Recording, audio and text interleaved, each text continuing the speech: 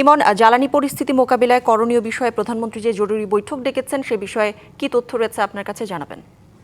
গৌরী, আজকে সকাল 10টা থেকে প্রধানমন্ত্রী সচিবালয়ে একটি বৈঠক ডেকেছেন যে জ্বালানি পরিস্থিতি নিয়ে বাংলাদেশের করণীয় ঠিক করতে উনি বৈঠকটি ডেকেছিলেন। এই বৈঠকে মূলত অর্থমন্ত্রী, আপনার বাণিজ্যমন্ত্রী এবং বিমান প্রতিমন্ত্রী এবং আপনার পররাষ্ট্র প্রতিমন্ত্রী সহ জ্বালানি সংশ্লিষ্ট আরও যারা রয়েছেন তারা প্রত্যেকের সাথেই প্রায় 1.5 ঘন্টা ব্যাপী প্রধানমন্ত্রী এই বৈঠকটি করেছেন। কিছুক্ষণ আগেই এই গুরুত্বপূর্ণ বৈঠকটি শেষ হয়েছেন, কিন্তু শেষ হয়ে যাওয়ার পরে অর্থমন্ত্রী এবং বিদ্যুৎ ও জ্বালানি মন্ত্রীকে আমরা প্রশ্ন করেছিলাম, কিন্তু ওনারা গণমাধ্যমের সাথে কথা বলতে রাজি হননি, বলেছেন যে এটা পরে জানানো হবে।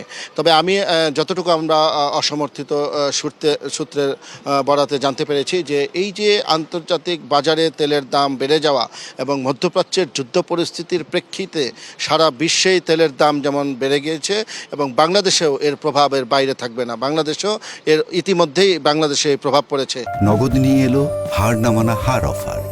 সর্বনিম্ন 10,000 টাকা রেমিটেন্স নগদে পাঠালে থাকছে স্বর্ণের হার জেতার সুযোগ।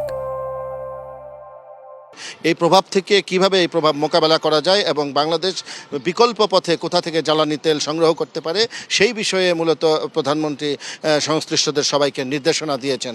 এবং এর বাইরে আজকে আরও গুরুত্বপূর্ণ বেশ কিছু বৈঠক প্রধানমন্ত্রী করবেন। ক্রয় কমিটির একটি বৈঠক রয়েছে। এর পাশাপাশি এখন স্বরাষ্ট্রমন্ত্রী এবং সেনাপ্রধানের সাথে একটি বৈঠক এইমাত্র শুরু হয়েছে। এই বৈঠকটি শেষে আজকে দুপুরের পরে ক্রয় কমিটির একটি বৈঠক রয়েছে এবং বিকালে কিন্তু ক্যাবিনেট বৈঠক রয়েছে, সেখানেও এই বিষয়ে বিস্তারিত আলোচনা হবে বলে আমরা জানতে পেরেছি। গৌরী, এখনকার মতো এই ছিল আমার হাতে থাকা সচিবালয়ের সর্বশেষ সংবাদ। পরবর্তীতে আমি আপনাকে হয়তো তথ্য পেলে আপনাকে পরবর্তীতে আবার জানিয়ে দিতে পারব। নিশ্চয়ই ইমন, ধন্যবাদ আপনাকে।